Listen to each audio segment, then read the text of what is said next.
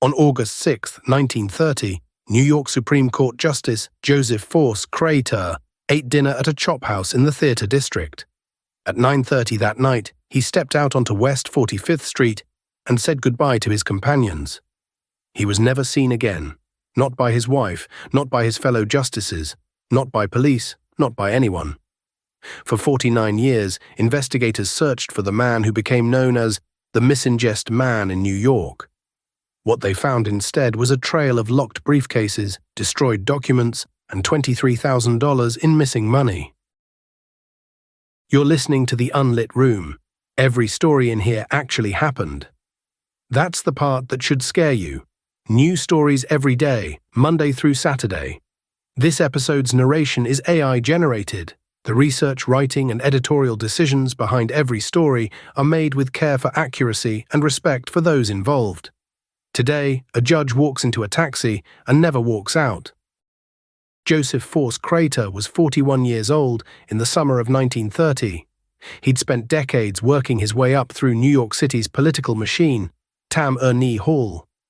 4 months earlier, on April 8th, Governor Franklin D. Roosevelt had appointed him to the New York Supreme Court. It was the kind of appointment that came with handshakes, favors owed, and expectations. That summer, Crater and his wife Stella were vacationing at their cabin in Belgrade, Maine. It was supposed to be a quiet retreat. They'd left the heat and noise of Manhattan behind. But in late July, Crater received a phone call. He told Stella almost nothing about it, only that he had to return to New York to straighten those fellows out. On August 1st, Crater returned to Maine briefly, then headed back to New York City. He promised his wife he'd be back by her birthday on August 9th. She never saw him again. On the morning of August 6th, Crater arrived at his chambers in the New York Supreme Court building. He spent 2 hours going through files, documents spread across his desk. He worked methodically, reviewing each one. Then he began destroying them. His law clerk, Joseph Mara, watched him work. Nobody recorded what was in those files. Nobody asked. At some point that morning, Crater handed Mara 2 checks totaling $5,150, the equivalent of $77,000 today. Mara cashed them. The New York Supreme Court building sits in Lower Manhattan, all marble and authority. On an August morning in 1930, its halls would have been filled with the sound of footsteps, murmured conversations, the rustle of legal briefs. Crater had worked in those halls for years, first as a lawyer, now as a judge. It was the culmination of a career built on connections, favors, and the unspoken rules of Tammany Hall politics. At noon, Crater and Mara left the courthouse carrying 2 locked briefcases. They were heavy, the kind that required both hands. They walked to Crater's apartment at 45th Avenue in Greenwich Village. When they arrived, Crater dismissed Mara for the rest of the day. Whatever was in those briefcases, Mara never saw it. The briefcases were never found. That afternoon, Crater made a reservation for 1 seat at the Boo Lasco Theater on Broadway. The show was called Dancing Partner. Here's the strange part, he'd already seen it.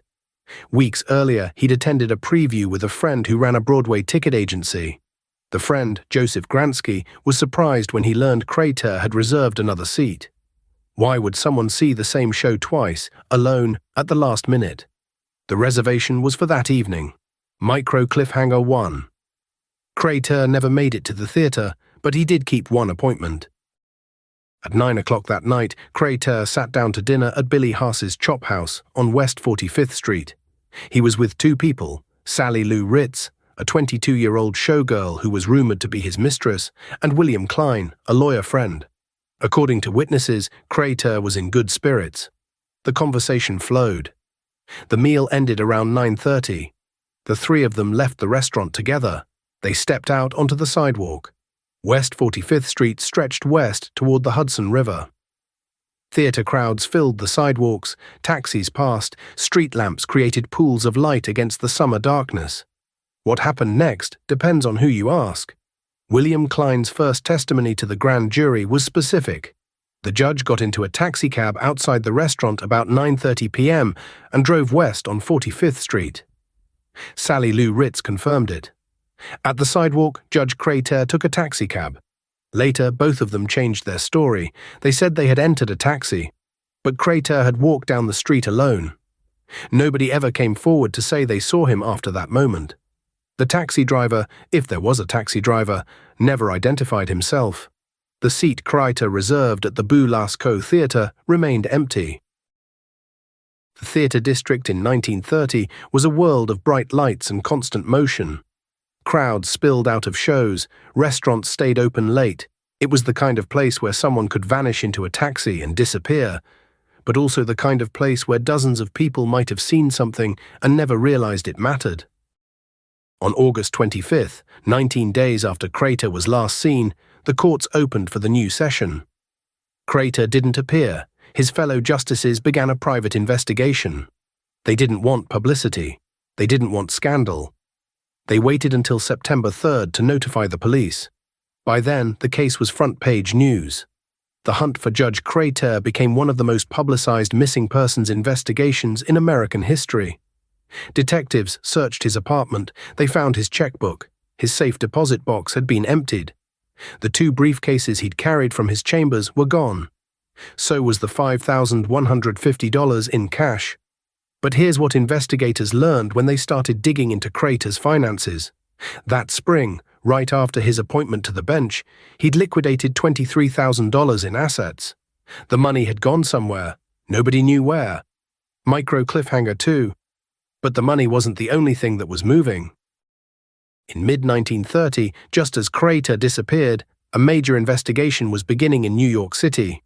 It was called the Seaber E. Commission, named after Judge Samuel Seaber E., who'd been tasked with investigating corruption in Tammany Hall. The political machine that had controlled New York for decades was finally being scrutinized. Judges, police officers, city officials, anyone with Tammany connections was under the microscope. Joseph Crater had Tammany connections. His appointment to the Supreme Court had come through those connections. And 4 months after FDR appointed him, $23,000 had moved through his accounts, the kind of number that looked a lot like the cost of buying a judgeship. When Crater received that mysterious phone call in Maine, he'd told his wife he needed to return to New York to straighten those fellows out. She never learned who those fellows were. But the timing suggests he knew the Seaber E. Commission was closing in. In October of 1930, a grand jury convened. They called 95 witnesses. They produced 975 pages of testimony. Crater's wife, Stella, refused to appear. Then, 6 months after her husband vanished, on January 20th, 1931, she found something. Hidden inside a dresser drawer in their apartment were envelopes containing checks, stocks, bonds, and a handwritten note from her husband. It was the kind of hiding place police had already searched.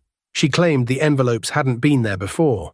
The discovery opened new leads and new questions. But still no one ever found Joseph Crater.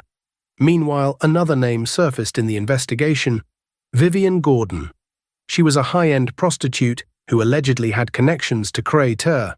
Detectives claimed they'd found Crater's jacket in her apartment. In February of 1931, Gordon told investigators she was ready to testify about police graft and corruption. On February 25th, 1931, 5 days before she was scheduled to testify, Vivian Gordon was found strangled in Van Cortlandt Park. She was 36 years old. The investigation into her murder revealed a web of dirty cops, organized crime figures, and payoffs. Her death was ruled a mob hit. Crater's name never came up in the trial, but the timing was hard to ignore.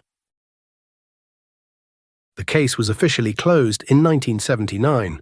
Judge Crater had been declared legally dead in 1939, 40 years after he'd walked out of a restaurant and into folklore.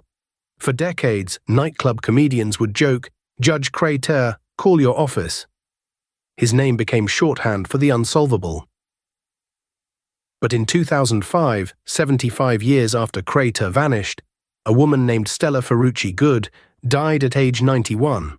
Her family found a letter she had written. According to the letter, her late husband, an NYPD detective, had learned that Judge Crater was killed by 2 police officers. Both of them also worked for Murder Incorporated, the enforcement arm of organized crime. One of them, a man named Charles Burns, was a bodyguard for mob enforcer Abe R.E. Liss. The letter claimed they buried Crater's body near West 8th Street in Coney Island. In the 1950s, when the city excavated that exact area to build the New York Aquarium, construction workers may have found bones. But if they did, no record was ever made. The letter was never verified. Richard Toffel, a historian who wrote a book about Crater's disappearance, expressed skepticism. The claim was second-hand, written 75 years after the fact by someone who hadn't been there. But it raised a possibility no one had considered before. What if Crater's remains had been found decades ago and simply not recognized? Crater's wife, Stella, spent years searching. She petitioned to have him declared dead. She worked as a telephone operator, living on $12 per week. She remarried in 1938. In 1939, she received $20,561 in life insurance. In 1961, she published a memoir called The Empty Robe, in which she said she believed her husband was murdered. She died in 1969, 40 years after he vanished, never knowing the truth. Joseph Crater became an American ghost story. To pull a crater meant to disappear without a trace. The phrase stuck for decades, but beneath the jokes and the folklore was a real man, a real disappearance, and a real web of corruption that destroyed lives and toppled a political machine. The truth may have been buried in Coney Island, or it may still be waiting, hidden in a file no one thought to read, a testimony no one believed, or a memory no one lived long enough to share. This one kept you up tonight? Good.